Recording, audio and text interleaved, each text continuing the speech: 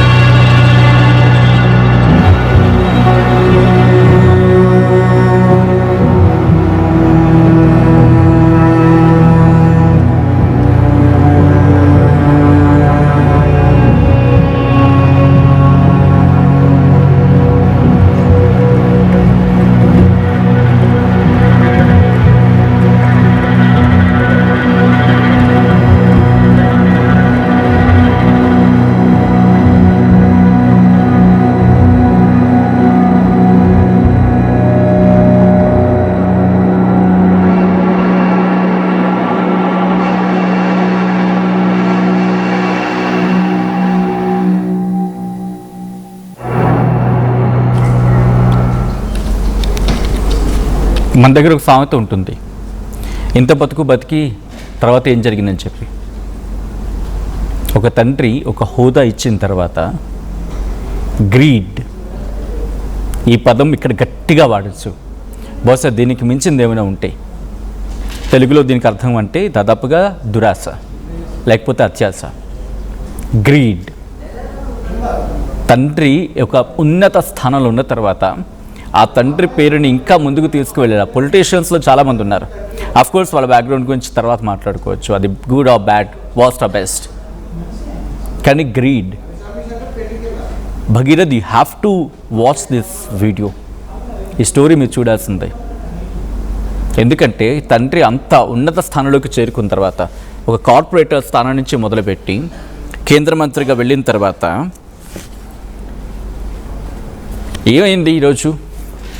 Because of your greed. And మీరు friends ఆరా? అక్కడ ఉండి చెడగొడతారా? ఒక మనిషి ఎదుగుతూ ఉంటే, ఒక మనిషి వాళ్ళ తండ్రి ఎదుగుతూ ఉంటే, ఒకవేళ కొడుకు దారి తప్పుతూ ఉంటే దారిలో పెట్టాల్సిన మీరు ఫ్రెండ్స్ ఆరా? ఒక్కసారి మీ మొహం మీరు అద్దంలో చూసుకోండి. మీది బతుకు. ఈరోజు అతగాడు జైల్లో ఉన్నాడు, రేపు మీ బతుకేమవుతుంది? మీ పేరెంట్స్ ఏమవ్వాలి? What does it mean be friends? What does it mean? ఈరోజు 22 పోనీ 20 నుంచి 25 ఏళ్ళు అనుకుందా, ఈ పిల్లగాడు చేసిన పనికి తండ్రికి ఏమైంది? ఇప్పుడు ఈరోజు కేంద్ర మంత్రి పొజిషన్లో ఉన్న వ్యక్తి ఈరోజు ఆ పదవి ఉంటుందా అనే బిగ్గెస్ట్ క్వశ్చన్ మార్క్లోకి తీసుకొచ్చి పడేసింది ఎవరు? Because of you and your friends. Of course పొలిటికల్గా ఉండుండొచ్చు కాక, బట్ ఎంత పొలిటికల్ ఆ వార్ జరిగినా ఒక మనిషి ఒక పొజిషన్కి వెళ్ళాడు కదా. అఫ్కోర్స్ బహుశా మాట్లాడుకుంటే కనుక ఆయన తప్పు ఉందంటే కనుక ఎస్, కొడుకు దారి తప్పుతున్నాడు అంటే ట్రాక్లోకి తెచ్చుకోవాల్సిన బాధ్యత ఉంటుంది. లేకపోతే కొడుకైనా కనీసం మా నాన్న పొజిషన్లో ఉండడానికి కొంచెం జాగ్రత్తగా ఉండాలి. ఆల్వేస్